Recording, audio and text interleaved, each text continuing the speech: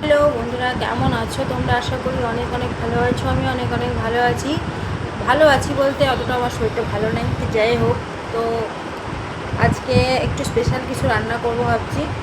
তো চলো, রান্না বান্না তোমাদের সাথে অবশ্যই শেয়ার করবো, সেই জন্যই আসা তোমাদের কাছে। চলো দেখো কি কি রান্না করলাম। এই যে সকাল সকাল চলে এসেছি, ঘুগনি বসাবো।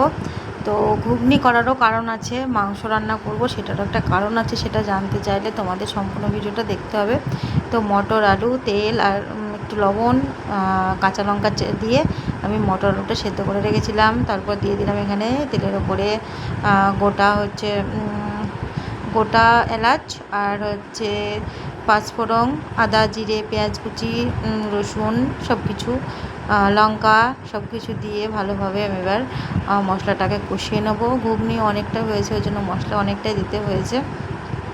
আর দেখলেই তো মটরটা আলুটা সেদ্ধ করে নিয়েছি। তো ওটা মটর না, ওটা হলো চানা মশলা, আমার ভুল হয়ে গেছে বলতে, কিছু মনে করো না।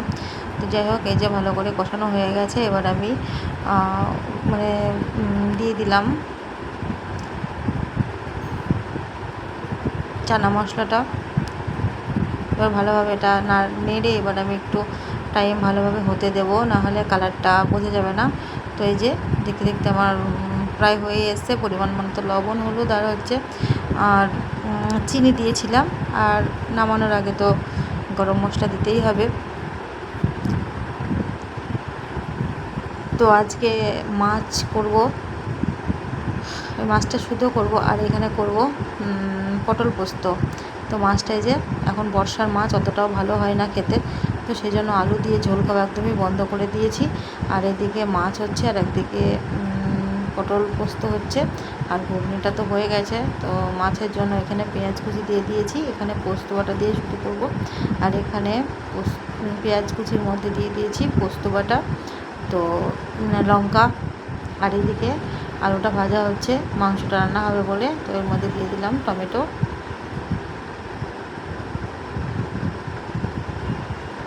মাংসটা ধোয়া বাছা হয়ে গেছে।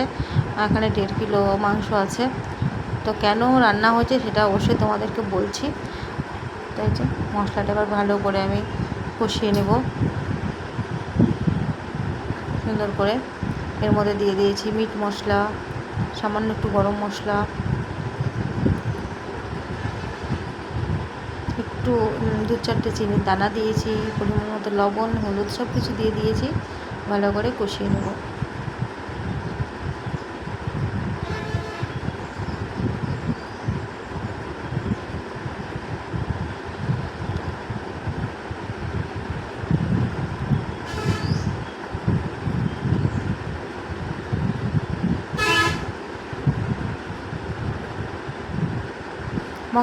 মাংসটার মশলাটা যতটা না ভালো মানে কষানো হবে, ততক্ষণ তো মাংসর টেস্টটা আসবে না। তো সুন্দর করে কষালাম, তারপর আমি মাংসটা দিয়ে নাড়াচাড়া করেছি ভালো করে, সুন্দর করে।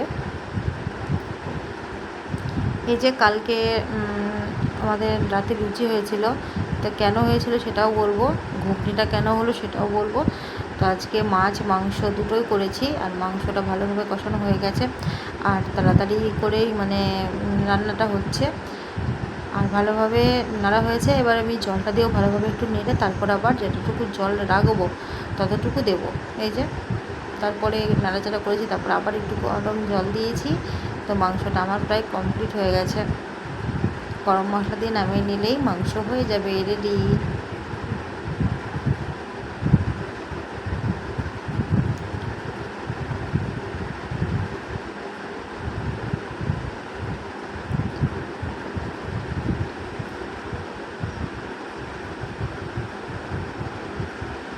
এখানে আমি শুকনো লঙ্কা দিয়েছিলাম আর কাঁচা লঙ্কা দিয়েছিলাম, গুঁড়ো মশলা কোনো কিছু ইউজ করিনি আমি।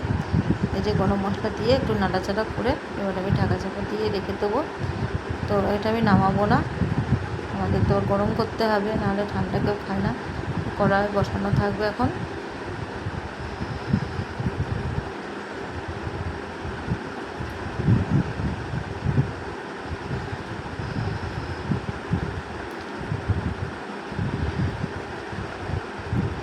কে কে মাংস খাবে আমাদের বাড়িতে চলে এসো।